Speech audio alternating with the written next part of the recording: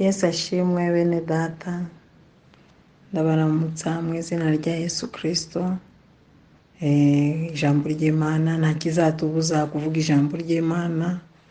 Tugomba kwitegura kuvuga ijambo ry'Imana mu bihe bikomeye no mu bihe byoroshye. Rero tugiye kuganira ijambo ry'Imana. Ndasaba Agapa nsomere Zaburi 123 ku murongo wa mbere n'uwa kabiri. Nsomere mu izina rya Yesu Kristo. Haravuga ngo wowe wicara mu ijuru, kuri wowe niho nuburira amaso.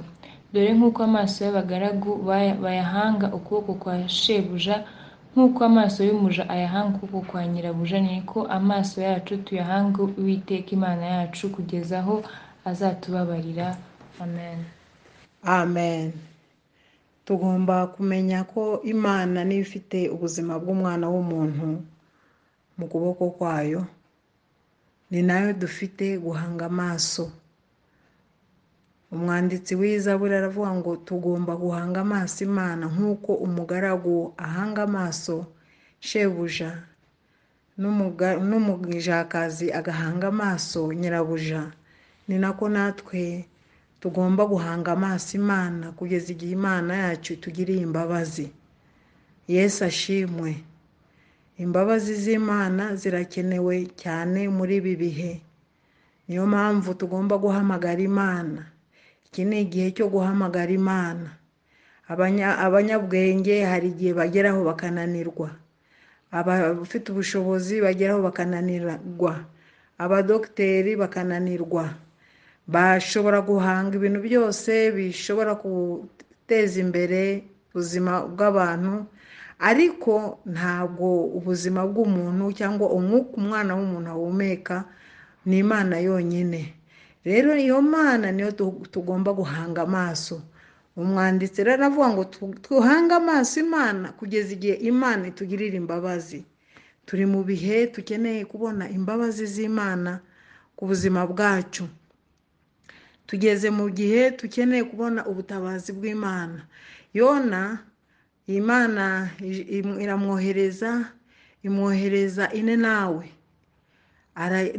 Agitarashishi, ariko aho yagarukiye ifi imaze kumumira, ngo Imana irongera iramwohereza inshuro ya kabiri ngo ugende ujye kubwira ubwoko bwanjye ko umujinya w'Imana uri ku buzima bwabo, bihane. Naho ubundi nibatihana iminsi 40 bazaba bamaze kurimbuka.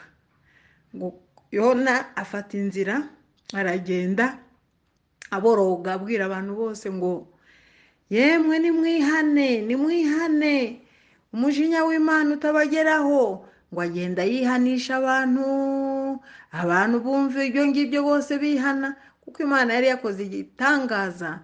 Ifi imuruka ku nkombe cyangwa aho amazi arangirira ku butaka. Hanyuma abantu barabibonye barumirwa baratangara, bituma ibyo ababwiye babyemera. Hari ikintu Imana yemera ko kiba ukakibona, noneho n'icyo uvuze abantu bakacyemera. Ngo atangira kwihanisha abantu, kwihana kugeza igihe bigereye ku mwami. Umwami abasha nawe kuvuga ngo niko bimeze, bimeze nabi, tugiye kurimbuka. Abantu bagiye guhura n'akaga k'iminsi 40.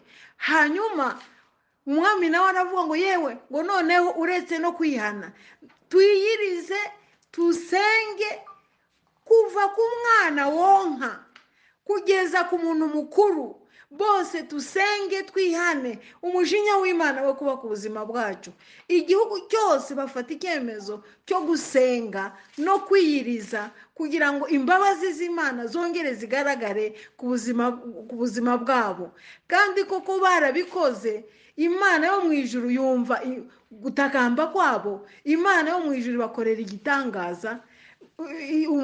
Igihugu cyongera kigira amahoro, kandi igihugu cyari kimaze guhura n'ibibazo bitandukanye kandi kigiye no kurimbuka.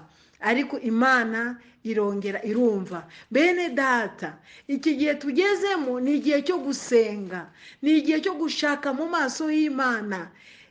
Iyi ndwara igeze ahantu irazunguruka, iragenda izunguruka isi yose, ariko abazaba bari mu masengesho bahagaze mu cyuho cy'abandi, bahagaze mu cyuho cy'imiryango, bahagaze mu cyuho cy'igihugu, bahamagara Imana, abamenye Imana bagahamagara Imana, izabumva iri mu ijuru. Bibiliya irambwira muri Kronike cyangwa se mu Ngoma za kabiri 7 ku murongo wa 12 kugeza ku murongo wa 15.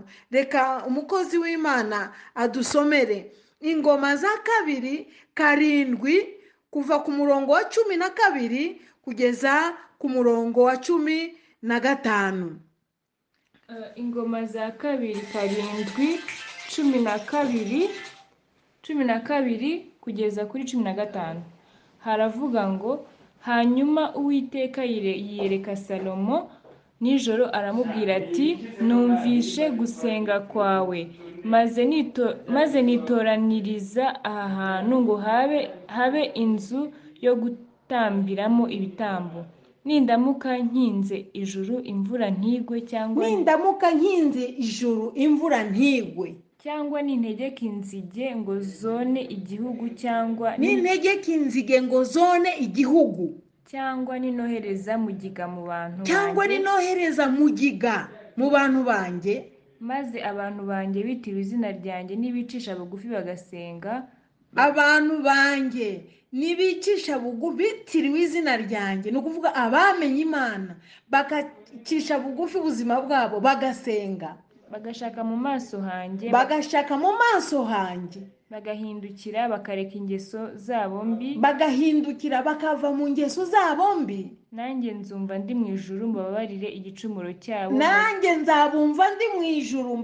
igicumuro cyabo, mbakirize n'igihugu. Amen. Ngo nzabumva ndi mu ijuru mbakize kandi mbakirize igihugu.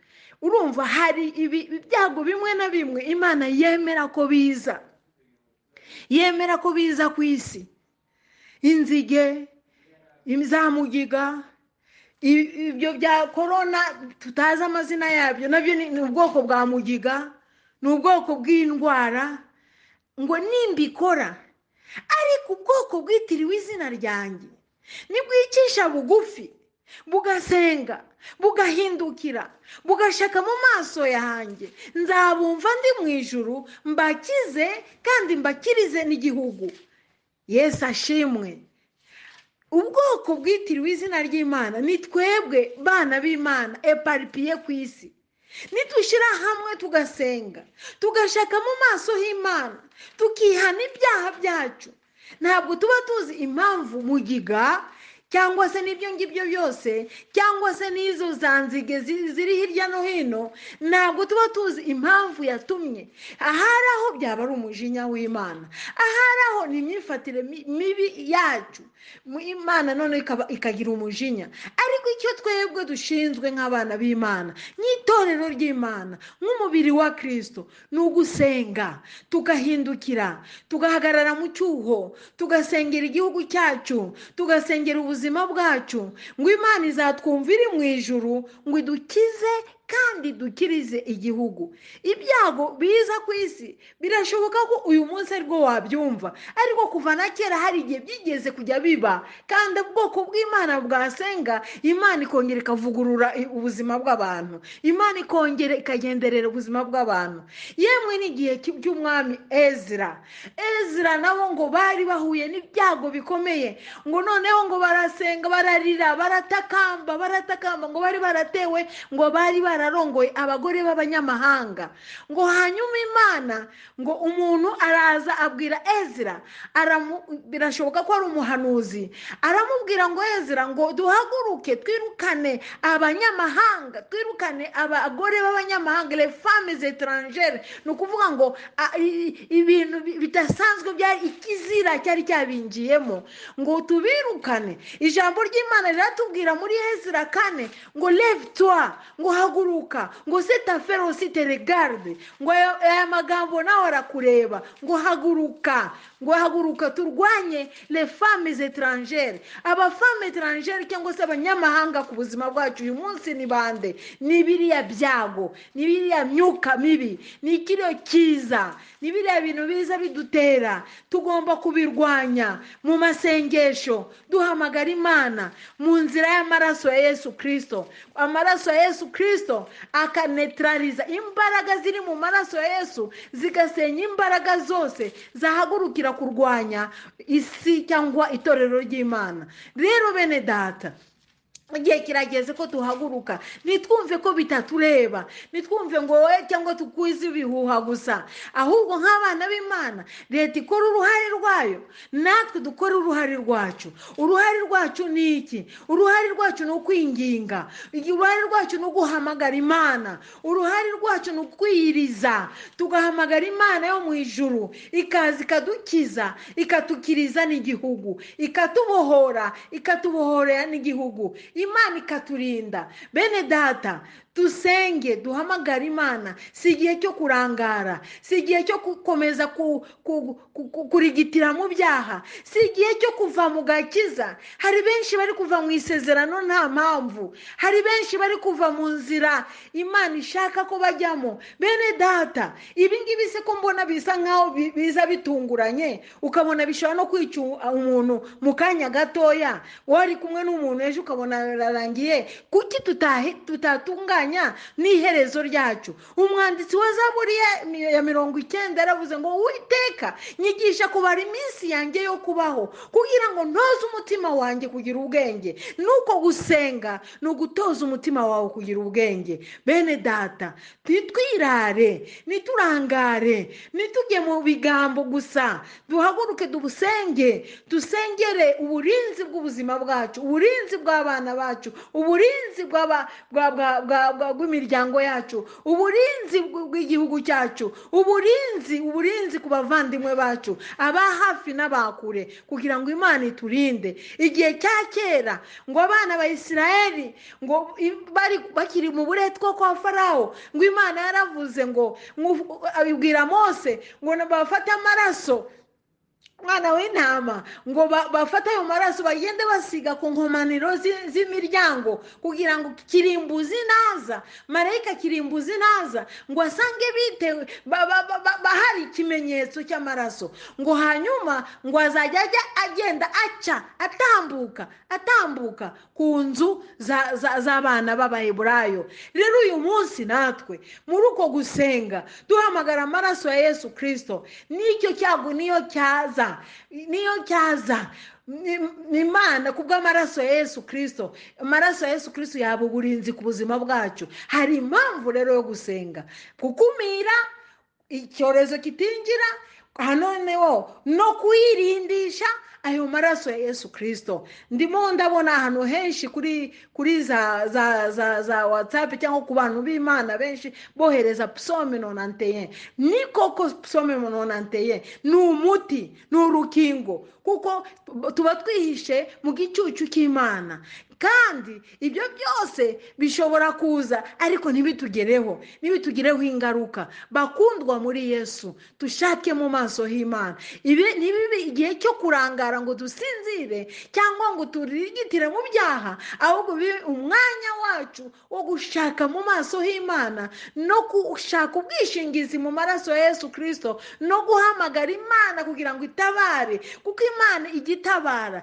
Ijambo ry'Imana ni ukuri kandi ni ubuzima. Ryatubwiye ngo niyo yonyine ishobora kutugirira neza, ngo tuyihanga amaso kugira ngo yonyine itugirire imbabazi. Ijambo ry'Imana ryatubwiye ngo ubwoko bw'Imana bwitiriwe izina ry'Imana, ngo niyo Imana yaba yateje mugiga, ngo igateza inzige, ngo igateza ibyago, ngo ariko ubwoko bwitiriwe izina ry'Imana ngo nibwicisha bugufi bugasenga, bugahindukira, bukava mu ngeso zabo mbi, ngo Imana izabumva yumva iri mu ijuru ibakize kandi bakirize n'igihugu. Tugira amahoro, ntidupanike ahubwo dusenge, ntidupanike ahubwo tuhanga amaso Imana. Ni ibihe turi mu bihe byo kuramya Imana byimbitse, turamye Imana byimbitse, tuhamagara Imana, hanyuma dufate n'umwanya wo kuyiramya byimbitse. Imana ni Imana y'inyizerwa.